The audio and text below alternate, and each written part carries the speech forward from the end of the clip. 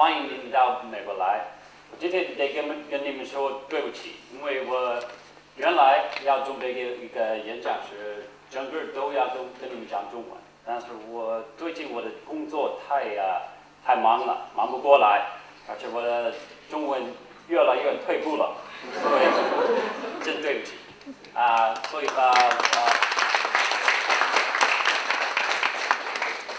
So I'm actually going to speak to you in English, and I apologize for that. But what I wanted to do today was talk to you a little bit about some of the views from Washington. I have to begin with the caveat that these probably aren't the views that are representative of Washington. In fact, knowing a lot of the players in Washington, I think they're actually not representative of Washington, but they are a view that comes from a dean of the George Washington University, and so I thought I'd give you a little bit of background and just talk to you a little bit about my own views on China. This is, I guess, going to be the substantive and meaty part of what it is, but we just wanted to give you a flavor for some of the ideas that are floating around our university. Together with Professor McCord, we like to represent our interest in China and how much we believe in the importance of U.S.-China relations. So I'm going to go through very quickly and talk to you a little bit about some ideas, and then I'm going to talk a little bit about what the business school is doing specifically with respect to China, and then I'm going to pass it over to my colleague, Dean Peg Barrett, who's going to talk to you about the college. One of the things that I like to begin by thinking about is just pondering what has happened to the relationship between the U.S. and China over the last 3-4 decades, and also in particular what has happened to China as an evolving society and an evolving economy. Now, of course, many people recognize the moment that China had its biggest coming out party. The 2008 Olympics was perhaps the moment that the world really stepped up and noticed that something amazing and special had happened in the development here. Of course, economists and sociologists and social scientists like myself had been debating this question for the last 20 years or more. Because there was a very interesting discussion about what it meant to think about economic development that was going on in China. Because, of course, China took an approach to economic development that was quite different than what all of the other countries that were making the transition from planned economy to market took. And most of those other countries took prescriptions that were driven by the World Bank and the IMF and the IFC, as was mentioned in many of the institutions that sit around George Washington. And China said, we're actually going to do something quite different here. And I always like to note that it's quite an interesting thing today that although China and the World Bank were so far apart for many years, today the chief economist of the World Bank is a famous economist, of course, Lin Yifu, who was here at Beida for many years and is quite a well-known economist in China. And I think that actually speaks volumes to how much closer the two entities, and not just entities like the World Bank in China, but entities around the world are actually really learning deeply from China. So what I really want to talk about today is just how much we can actually learn from the Chinese economy. Now, I want to kind of begin this conversation because I should start out by saying that there is probably a spectrum of people who look at China, and on the far end of the spectrum, there's a number of people who think that this is really a troubled economy. There's a lot of corruption. A lot of the advantages of the economy have accrued because distortions in monetary policy, and that the economy is a little bit a game of cards and smoke and mirrors.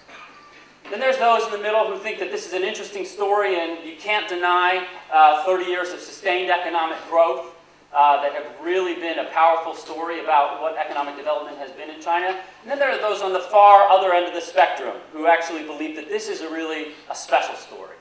I am very much on this side of the spectrum, and so I should just present that bias. But one of the reasons that it is such an interesting time to be talking and thinking about China to me is that there is still such a current of negative views on what's actually going on in China today. Every single year in the United States, you see a new voice that comes out and says, actually, we really shouldn't trust what we're seeing in China. This is a system that is creaking along, and we're going to see the world economy pay for the decisions that China's made over the recent years. Most recently, this past year, a famous hedge fund manager named James Chanos, who was famous for having made a lot of money shorting Enron, was the newest voice voice in this, and he talks a lot about the overbuilding in real estate and the real estate bubble that's happening here, but you see it every year. Now, there's an interesting thing to me that it's not just about the monetary policy. We talk a lot about the environmental issues that are a concern to many people in China. One of the big drivers of this issue, of course, is that we wring our hands in the United States because we think that our economic woes are really China's fault, right? Because the yuan is actually artificially kept cheap, and so that gives advantages to China in the export game, and so we have a huge trade imbalance between China and the United States, and that's really a quite unfair problem. And of course, we think about China as the factory for the world with many distortions, not only in the area of pricing, but also in the area of labor controls. And then, of course, the politics is something that always looms large in people's minds. Now, what I'm interested in is why this particular set of views are so dominant, when what we should really be thinking about is how brilliant the Chinese economy is run, and how much the US has to actually learn from what is going on in China. And so I want to give you a couple of examples of how to think about this and give you a good sense of where my views on this come from, and then actually take a step back and once again talk about what it is that we're actually doing as a university to think about these issues.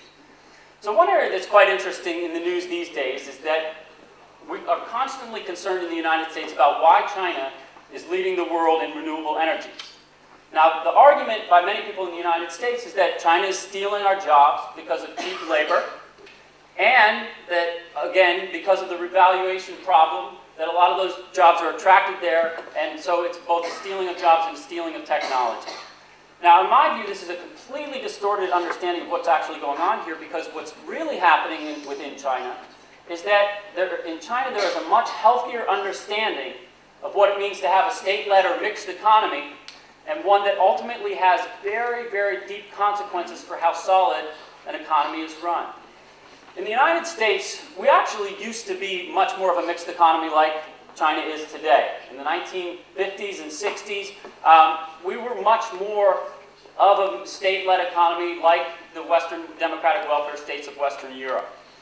Today, that's not the case. Today, we rely a tremendous amount on symbolic issues in the government, and we rely on the private sector to do everything that we believe that should be done in the within the government. So if you look at this comparison on issues like sustainability and renewable energies, in the United States, we typically think that the government's role is to take a step back and allow the private sector and markets to really dominate what's actually going on. That's the way you have a healthy capitalist economy. If the government does do anything, perhaps they do symbolic things, like in 1979, when Jimmy Carter built solar panels on the White House. Of course, those solar panels were taken down by George Bush, and then they were put back by Barack Obama. So the symbolism is a little bit of a strange process. But what does it really mean to actually create symbolic acts that are driving the economy forward? That doesn't mean much. Now, occasionally in the United States, we'll have tax credits that incentivize companies to do things, but it's not the same as true state investment. Now, on the other hand, one of the things that we do in terms of guiding our economy right now in the area of renewable energies is that we basically have been filing suits with the Department of Commerce and with the World Trade Organization in the United States about the unfair practices that are going on in China that are tantamount to basically saying countries should not be allowed to invest in industries. Now, this to me is just absurd in terms of thinking about how actually economies should be run. And we know it's absurd not just from the case of China.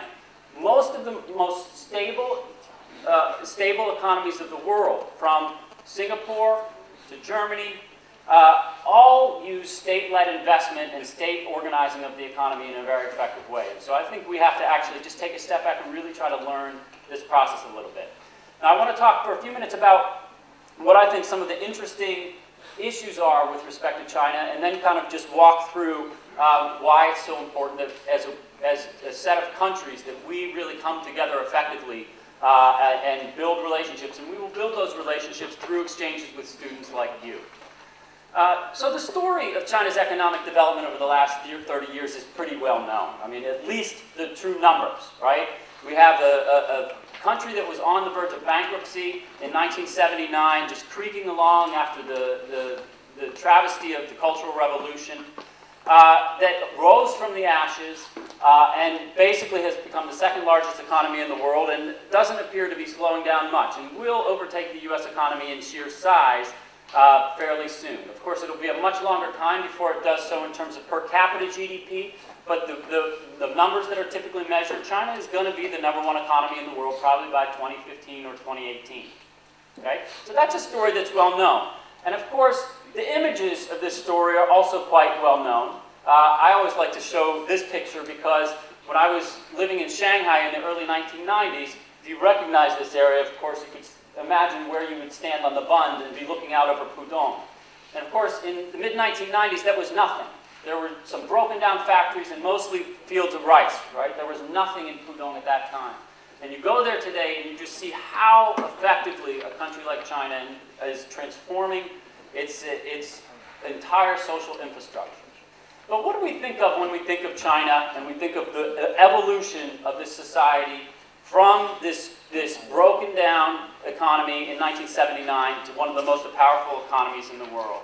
And there's a lot of different images. I like to think about political images first and foremost. And this relationship between the United States and China, of course, goes back to 1972, or 71 if you count when Kissinger came over.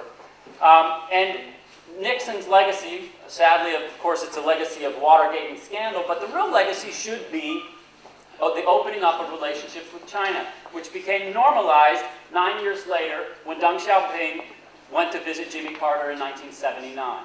This was really the opening of the crucial relationship between our two nations.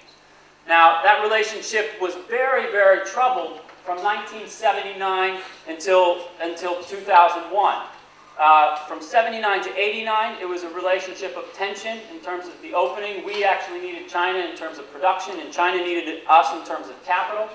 But there's a very interesting thing that happened in 1989, of course, because in 1989, the United States government was given the interesting opportunity of having a pretext, meaning a lie to build on, of why China should be held out of the World Trade Organization. And we held China hostage from entry into the WTO for 11 years.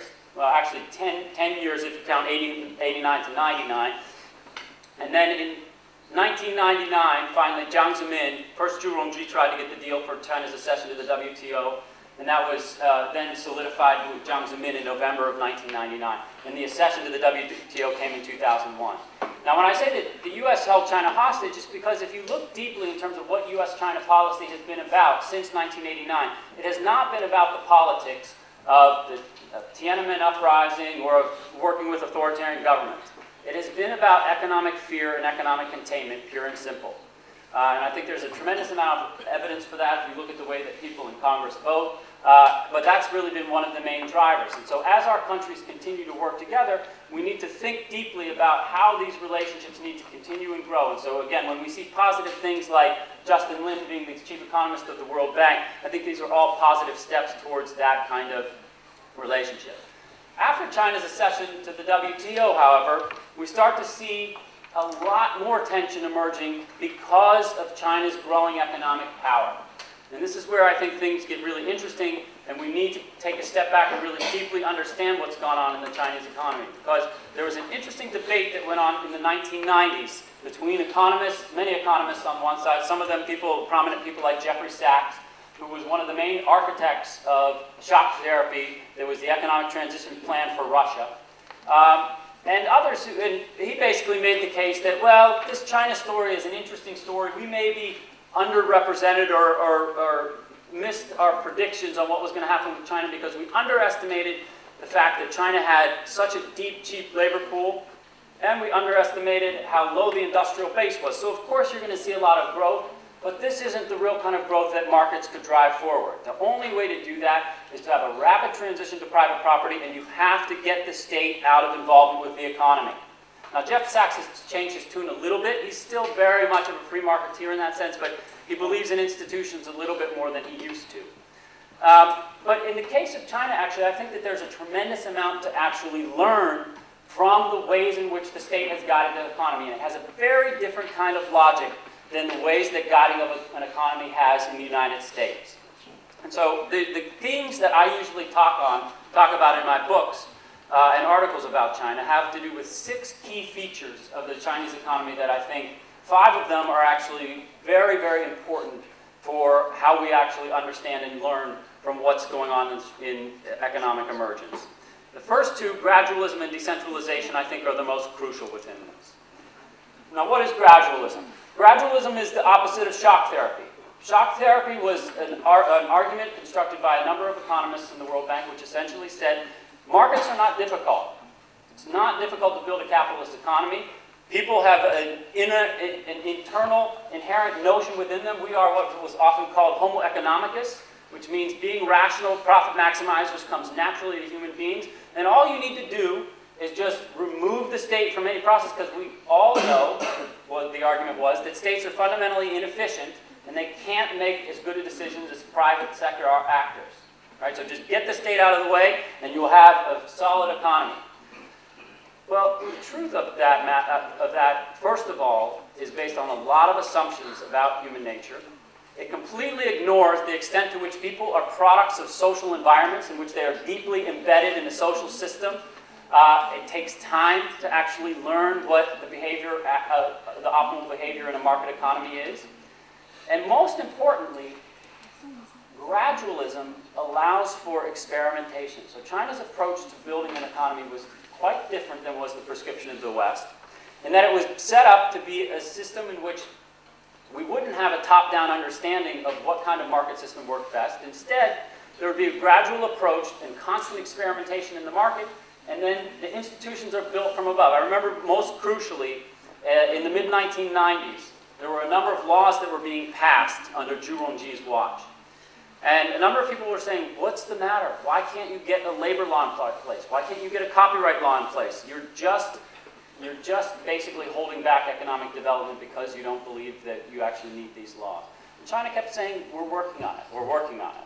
It's a gradual process. Of course, the old saying under Deng Xiaoping was, 磨是过河. We're groping for stones to cross the river, right? And of course, if you look at a law like the labor law, finally it was passed in 1994, and most people don't realize that labor contracts were being experimented with in China as early as 1983. And they were being experimented with in provinces throughout the country, so by the time you have a labor law come together in 1994, you actually have about 10 years of practice with the very institutions upon which the law is based. That type of gradualism is actually a much more measured approach to economic development, and it's much smarter. It's better capitalism. I always like to say, it always shocks people in the United States to say this, but it is the ultimate irony of our day that the largest communist society in the world is the most dynamic capitalist economy in the world. And I truly believe that that's true today, and we have a tremendous amount to learn in the United States about how to actually build that. Now, there's a second reason why China's economy is so dynamic, and that is key to what is wrong with economic thinking on these issues. Economists believe that there's one core institution of a market, and that is private property. Without private property, you cannot have a market. And to some extent, it's true that you need some private property, right? But the argument is that state institutions cannot be efficient capitalist producers, right? Now, of course, the irony here is that we know that there are many different private institutions like General Motors and Chrysler and many other large organizations that were woefully inefficient in their own right. The core to a capitalist economy is not private property. The core is competition. Right? In any oligopolistic or monopolistic situation, you're going to have the same inefficiencies that you have from a state. Right? So the issue is not private property, it's competition. Now, how did China get competition without rapid privatization? They did it through decentralization. Right? So the key feature of the Chinese economy that's often missed is that although much of the property remained in state hands, it was all decentralized to local levels, at provincial, municipal, and even township levels. And so we see, of course, in the early stages, the rise of the TVEs in the 1980s. This was because that property was still state property, but it was localized to the control and the incentive structures of local officials. And ultimately, that competition, the competition between Jiangsu province and Shanghai and Zhejiang, the competition between Beijing and Tianjin, the competition between Shenzhen and Guangzhou, These are the things that ultimately drove innovation within the system without privatization. And we see that this continues to have tremendous effects today. Now, I'm also a big advocate of really thinking about where this is going in terms of its trajectory, because at least from the US side of things, there's so much focus on the major metropolitan areas, but today, of course, we know that really the most entrepreneurial places within China are in the second-tier cities, places like Suzhou and Chengdu and Dalian and Xi'an. These places are actually really driving innovation, but here again, it's because you have entrepreneurial governments that are creating new institutional forms, competing for foreign direct investment, and then a very aggressive drive forward. So for me, I mentioned a few minutes ago the magical transformation of Pudong. I think the Suzhou Industrial Park is even more magical. I think it's a truly amazing system, but note that it's a system that's led by an entrepreneurial government, not a system that's led primarily by the private sector. I also think it's crucial to think deeply about cross-industry strategizing.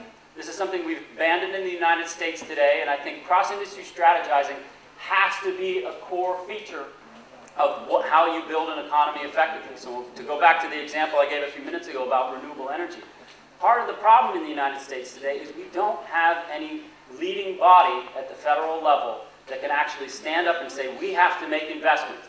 Meanwhile, by the way, we do have investments in energy, but they're in hidden subsidies to the tune of $500 billion a year to the oil industry.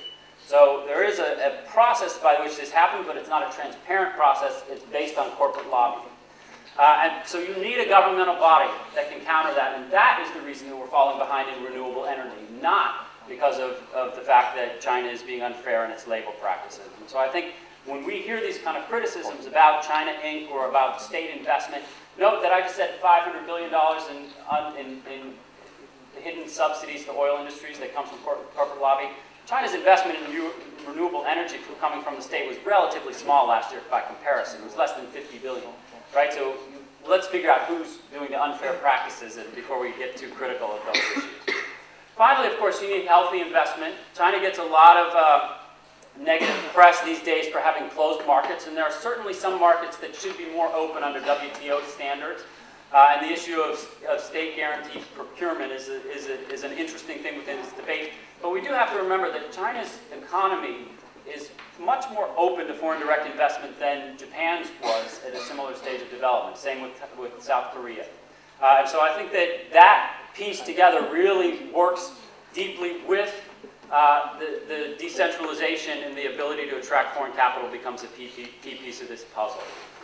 Now, so there are two key things that I hope come through here for what I would like to conclude with, which is to say we have to have mixed markets to have a healthy economic system. Right? A healthy capitalist economy is based on an ample set of strength in the private sector, but it's also based on ample involvement from the government as a strategizing body and in its investment body. And this is what we see is so strong in the China case. A couple of the examples that would come clear here. Recently, in the renewable space, we've had a lot of criticism of energy companies moving from the United States to China. But in our case, for example, with the case of Evergreen Solar, which was in the news recently, it was the most recent company to pick up stakes. It used to be in Massachusetts, and now it's actually has moved to China. They just couldn't make it work economically because they couldn't get guaranteed procurement from the state. And so there's just no way that renewable energies is going to evolve as a sector without that, and China made that promise. We also have a problem of skilled labor, which I think is an important thing, but I can skip over that for now. So the key thing is I think it's important to remember just how much the institutional innovation is actually happening here. I think that there are clear problems with the economy, but many of those problems I think are being solved in very effective ways by strategic thinking from the leaders. Now, how do we get to the next stage of this development? As I said earlier on in my introductory remarks, I think we get over these tensions by more and more exchange with young people like you. It makes me so happy to hear the statistics that Leah Kenny was talking about, and just hear the rapid growth of what's actually going on in attracting students to the United States. However, we can't just be attracting students to the United States. That's an important piece of it, but it's also important for us to be here. And I like to think of international education not just as a process of academic exchanges, but really as a process in which institutions and countries just work deeply on building complex relationships. So the one thing that I want to talk to you about that we're doing at the Graduate School of Business right now, or at the GW School of Business right now, is we're building these kinds of relationships with the hope that this type of exchange will see as many students flowing from your side to the United States as we will vice versa, but we'll also see our institution have a bigger and bigger presence in China, educating Chinese students here. Now, I want to just give you a little bit of backdrop on what we are as a school. Business schools in the United States for the last 30 years have really been built around the idea of financialization. Financialization over the last 30 years, I think, has been one of the detrimental effects of detrimental developments in the U.S. economy, and business schools have been a part of that. We have been drinking from the fountain of Wall Street and believing that this is the most important thing that we train our students to do. Of course, if you train your students to build complex financial instruments like mortgage-backed securities, but don't give them ample understanding of the embeddedness that they are in society, who they are, and what kinds of systemic risk those instruments pose, you will end up seeing trillions and trillions of dollars of lost value in global market capitalization, as we did in 2008. So what we like to do at the business school is instead think about the intersection of business and society. We like to think deeply about what it means to be a business school embedded in the nation's capital, and to think about what it means to actually be an effective business school that trains students broadly about the intersection of business and society. It's a wonderful thing to be able to think deeply about the relationships with multilateral institutions like the World Bank and the IMF and the IFC, but it's also just important to really consider deeply what it means to really engage with the ideas that are coming out of Washington. Now, I like to think of three basic legs that support that tabletop. One is deep embeddedness in the global community, and what we're doing in China right now that I'll talk about in a minute is a part of that. I like to think of sustainability and social responsibility, and I like to think about leadership and ethics. And those are sort of the three legs to the stool of a business school that's really about the intersection of business and society. Now, just let me speak very briefly about what we're doing in China. We're in the process of developing two relationships with China. They're not finished as far as the relationships go, but we're in deep negotiations, and we hope that they'll be successful with what we're doing. The first is a partnership with Renmin University. Renmin, as some of you may know, actually has a very big facility in the Suzhou Industrial Park. They're, I believe, the largest domestic university invested in that park, in the Dushu Higher Education and Innovation Zone. We're working right now on developing a relationship with them in the area of finance, and hopefully, eventually, another relationship at the undergraduate level. We would also like to extend this relationship to eventually become an independent university in the Suzhou Industrial Park. That's something that's much further off, and we're still at very early stages of this conversation, but we have our goals set on having a very deep and strong relationship with these two institutions. And of course, a deep and strong relationship with China as a whole. Finally, from my own perspective, I like to think about my embeddedness within the university and the goal of training business students, not just in the areas of the functional aspects of business, but in the area of liberal arts. So, for example, Dean Barrett's school teaches about 40% of the curriculum for our undergraduate business majors. And to me, this is a very, very important part of what we do, because if you're really going to actually understand what it means to be embedded in society, you have to have a deep understanding of critical thinking, the liberal arts, and all of the things that go with a college education. Similarly, we're in the process of developing deep relationships with the Elliott School of International Affairs as a way of really building out what our relationships and our thinking can be around international affairs. And for sustainability, we're going to be developing deeper relationships with the engineering school and the law school. So these are some of the things that I think are really important for how to think about a business school within the context of a larger university. So I'll just end my comments right there, and I don't know if we wanted to do questions before or after. I think Peg, how did we have this set up? Are you going to go through? Why don't I take a few questions right now, and then we can move on to Dean Barrett's comments.